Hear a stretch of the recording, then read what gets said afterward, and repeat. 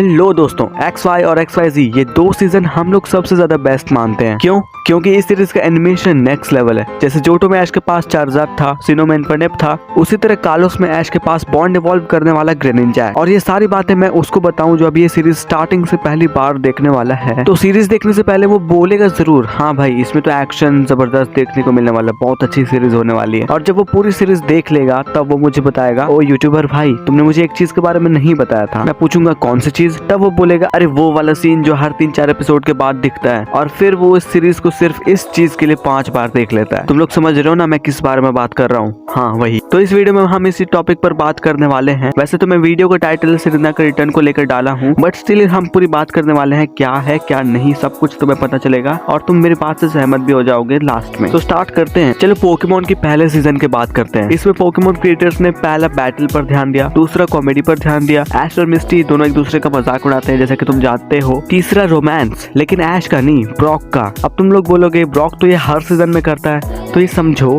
कि ये पहला सीजन है, इसलिए इसमें सारी चीजों को बढ़ा चढ़ा कर दिखाया गया है ताकि ऑडियंस समझ जाए कि पूरी सीरीज में होने क्या वाला है। और चौथा कि स्कैरी एपिसोड्स, जो कि सबसे ज्यादा इसी सीरीज में है, जितना कि पूरा एनिमे ने बनाया उतना कि इसी सीजन में बना डाला। सारे हॉरर एपिसोड्स इसी में तुमको मिलेंगे। तो कुल मिलाकर इस सीजन में ऐश का रोमांस नहीं था, वो बहुत इमेच्योर था। और भला ऐसे नल्ले को कौन भाव देगी? और अगर हमें ऐसा कुछ देखने को मिलता भी तो ऐश पर सूट नहीं करता। सो आई थिंक ये सीजन पूरा का पूरा एडवेंचर, एक्शन, ड्रामा और स्कैरी पर फोकस किया गया था। और पोकेमोन एनिमे सीरीज की टारगेट ऑडियंस भी बच्चे हैं, तो इसमें अगर प्यार मोहब्बत के सीन्स दिखाए जाते तो बच्चों पर गलत असर पड़ता, ऐसा कुछ बड़े से आने लोग मानते हैं। चलो ठीक है, इसका जवाब भी हम देंगे आगे, इसे यहीं रहने देते हैं। अब जोटो सीरीज को देखो, यहाँ पर भी ऐश इमेच्योर रहता है और मिस्टी पूरी सीरीज में अपनी फीलिंग्स नहीं दिखाती। हाँ नहीं दिखाती। अब जो लास्ट में हुआ इन दोनों के बीच या फिर कहीं इन तीनों के बीच रोना धोना, उसे भी हम आगे क्लियर करेंगे। तो कुल मिलाकर इस सीजन में भी कोई रोमांस नहीं दिखा, ये मान लो थोड़ी देर के लिए, जब तक मैं इसे क्लियर ना कर दूं। अब होइन सीरीज में देखो, इसमें ऐश थोड़ा सा इमेच्योर हो गया था, बट फायदा कुछ नहीं है। मे को कोई फर्क नहीं पड़ता,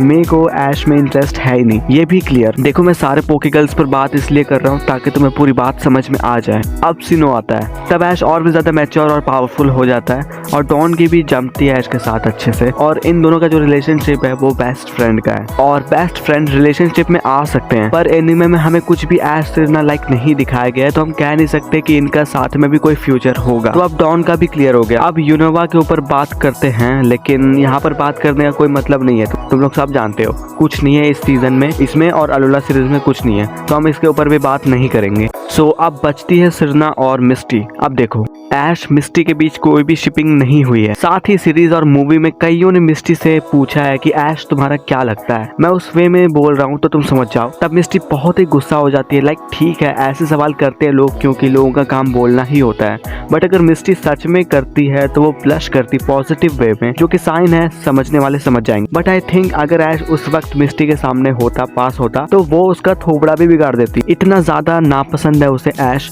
और जो जोटो सीरीज के लास्ट में थोड़ा सा इमोशनल ड्रामा हुआ था वो तो होना ही था। ये तीनों लंबे वक्त से साथ थे और अब जुदा हो रहे हैं, तो फीलिंग्स बाहर आ ही जाती है, चाहे वो कोई भी हो, तुम्हारा दोस्त हो, भाई हो या कोई और पहचान का हो। और इसमें बहुत ही थोड़ा शिपिंग हमें देखने को मिलता है। तो अब तुम लोग बोलोगे देखो ये साइन है ऐश और मिस्टी के फ्यूचर का, तो तुम लोग अभी भी गलत हो। मैं इस बात को मान लेता एक शर्त पर कि इस सीन के बाद मिस्टी जब भी ऐश से मिलती वो उसे रिस्पेक्ट देती, पर नहीं, उसने ऐश को दोबारा बच्चों जैसे ट्रीट करना शुरू कर दिया। और इसे हम लव नहीं कह सकते, क्योंकि लव तब होता है जब कोई किसी में वो क्वालिटी देखता है जो उसमें ना हो और वो हमेशा उसके लिए एक रोल मॉडल की तरह रहता है, तब ये पॉसिबल है। मिस्टी को ऐश की केयर इसलिए होती है क्योंकि ऐश बहुत ही कमजोर और लापरवाह रहता है, हमेशा बचकानी हरकतें करता है और पता नहीं ऐश का आगे क्या होगा, ये सोचकर मिस्टी ऐश की केयर करती है। ऑब्वियसली तुम्हारा अच्छा चाहने वाला तुम्हारा केयर करेगा। तो मिस्टी का सफाई मैंने कर दिया, लेकिन अगर तुम लोग अभी भी मेरी बात से एग्री नहीं करते हो तो लास्ट में मैंने और भी अच्छे से क्लियर किया है, उसे देख लेना। अब बात करते हैं सेरेना के ऊपर। देखो ट्रू लव का असली मतलब क्या होता है वो इस सीजन में साफ साफ दिखता है ऐश और सेरेना के बीच। सेरेना ऐश को खुद से ज्यादा मानती है, ऐश को एडमायर करती है, रिस्पेक्ट करती है, जो काफी है रिलेशनशिप बनाने के लिए। तो ये जो एनिमे में हुआ वो मैंने बताया, जैसे क्रिएटर्स दिखाना चाहते थे हमें, उसका साफ साफ मतलब यही होता है। तो अब एनिमे के अकॉर्डिंग बात करते हैं कि इस सीरीज का कमबैक, सेरेना का कमबैक होगा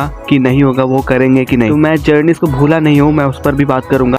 तो देखो उन्होंने इतना कुछ दिखाया है तो उन्हें ये कंटिन्यू करना चाहिए। ये अपने आप में एक अलग रीजन बन चुका है पोकेमॉन चाहने के लिए, देखने के लिए। लेकिन ये तभी होगा ऐश की जर्नी एंड ना हो तभी होगा। ऐश हमेशा 15-16 साल का मैच्योर रहे, टीनेजर रहे तो ही ठीक रहने वाला है। सिरना को वो किसी रीजन से ले आया ऐश के साथ ट्रैवल करने के लिए। स्टोरी और एडवेंचर उन पर डिपेंड करता है कि वो कहीं से भी ला सकते हैं और मुझे फर्क नहीं पड़ता इससे। और ऐसा करने के बाद वो उस अधूरी कहानी को जो कि XYZ में अधूरी रह गई थी उसको कंटिन्यू कर सकते हैं। बट बीच में एक ट्विस्ट लाना पड़ेगा मुझे कि ऐश तो सिरना को चाहता ही नहीं, तो भला मैं क्यों बोलूं कि वो सीरीज लाएंगे ही।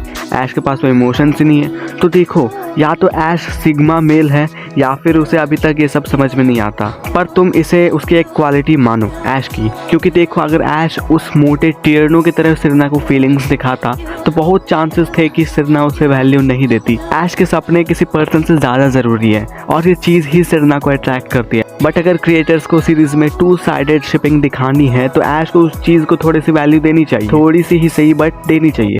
पर जर्नीज में तो सिरना आई थी और कुछ साइंस भी दिए, लाइक वो ग्रीन लाइट, सेल्वियन का होना, रिबन भी देखो, ये सारी चीजें 85% रॉन्ग। क्योंकि देखो जो एनिमे उस पिकाचू को एक 3 लेवल के स्नाइवे से हरा सकता है जिसने रेजाइस को हराया था, लाटियस के साथ ट्राई किया। जो एनिमे ऐश को कालोस में इतनी इज्जत देने के बाद बेमतलब का अलोला और गलार का पोपट कर सकता है, उस पर तुम लोग यकीन कैसे कर सकते हो कि ये इस लेवल तक जाएंगे, ये इस लेवल तक सोचेंगे? इतने जीनियस नहीं हुए ये लोग। अभी भी हम इन लोगों का मजाक उड़ाते हैं। पिकाचू स्वैली को ऊपर बैठकर थंडर में कवर हो जाता है और स्वैलो को कुछ भी नहीं होता। फ्रोगैडियर टैलन फ्लेम पर बैठकर फायर में कवर हो जाएगा और फ्रोगैडियर को कुछ भी नहीं होगा। देख सकते हो इतना इलॉजिकल एनिमे है ये, और ये लोग लॉजिक की बात कर रहे हैं। ये लोग हमें लॉजिक दिखाएंगे, बकवास हो रहा है ये। इनसे गलती से हो गया होगा वो, मैं नहीं बोल रहा कि ये साइंस गलत है, बट मुझे नहीं लगता कि ये सब इन्होंने जानबूझकर किया हो। पर कुछ चांसेस हैं कि ऐसा ही हो सकता है, कौन जानता है ये कब क्या कर दें। और देखो जर्नीज में इन्होंने ऐश सिरना का एक प्रॉपर मीटअप भी नहीं करवाया। एपिसोड देखते टाइम लग रहा था कि अब भी मिलेंगे ये दोनों, अब भी मिलेंगे, बट गुड बाय के टाइम पर मिलाया थोड़ी देर के लिए। सिरना के साथ ही ऐसा क्यों? इसका मतलब है वो ऐश सिरना के लेकर ही कुछ करने वाले हैं आगे। मैं बिल्कुल भी प्रेडिक्ट नहीं करने वाला, बट अगर तुम लोग मुझे बोलोगे तो मैं एक वीडियो इस पर भी बना दूंगा। तो हाँ, इससे पूरा ये क्लियर होता है ऐश सिरना का फ्यूचर है, और अगर नहीं भी है तो बनाना चाहिए, क्योंकि ऐसा होना ही चाहिए। तो अब कुछ लोग सोचते होंगे कि पोकेमॉन क्रिएटर्स का टारगेट ऑडियंस छोटे बच्चे होंगे। हाँ वो ठीक है, पर वो फिर भी ऐसे शिपिंग्स बनाएंगे क्योंकि वो भी जानते हैं और हम भी जानते हैं कि हम सब जानते हैं। इसे मैं ज़्यादा एक्सप्लेन नहीं करूँगा, बट इतना समझ जाओ कि कहने वाले कहेंगे ही कि ये सब बच्चों पर बुरा असर डालता है, बट ऐसा नहीं है। अब क्या बताऊँ, मैं इतना कुछ एक्सप्लेन कर दिया है, कुछ बातें तुम खुद भी समझ जाया करो। तो ये वीडियो कैसी लगी तुमको, और ऐसे टॉपिक पर वीडियो बनाना मुझे अच्छा लगता है, बट और भी अच्छे अच्छे टॉपिक्स हैं जिस पर मैं बनाऊँगा वीडियो, लाइक पोकेमॉन के ऊपर फैक्ट्स सब कुछ बताने वाला हूँ जो कि यूट्यूब पर अवेलेबल नहीं है, और सब कुछ मेरा ओपिनियन, सब कुछ रिसर्च करूँगा मैं। तो वीडियो को लाइक करके अपने दोस्तों के साथ शेयर जरूर करना ताकि मेरे वीडियो की रीच बढ़ जाए। यार देख सकते हो व्यूज़ कितने कम आ रहे हैं, कैसे चलेगा? तो सब्सक्राइब करो और शेयर करो।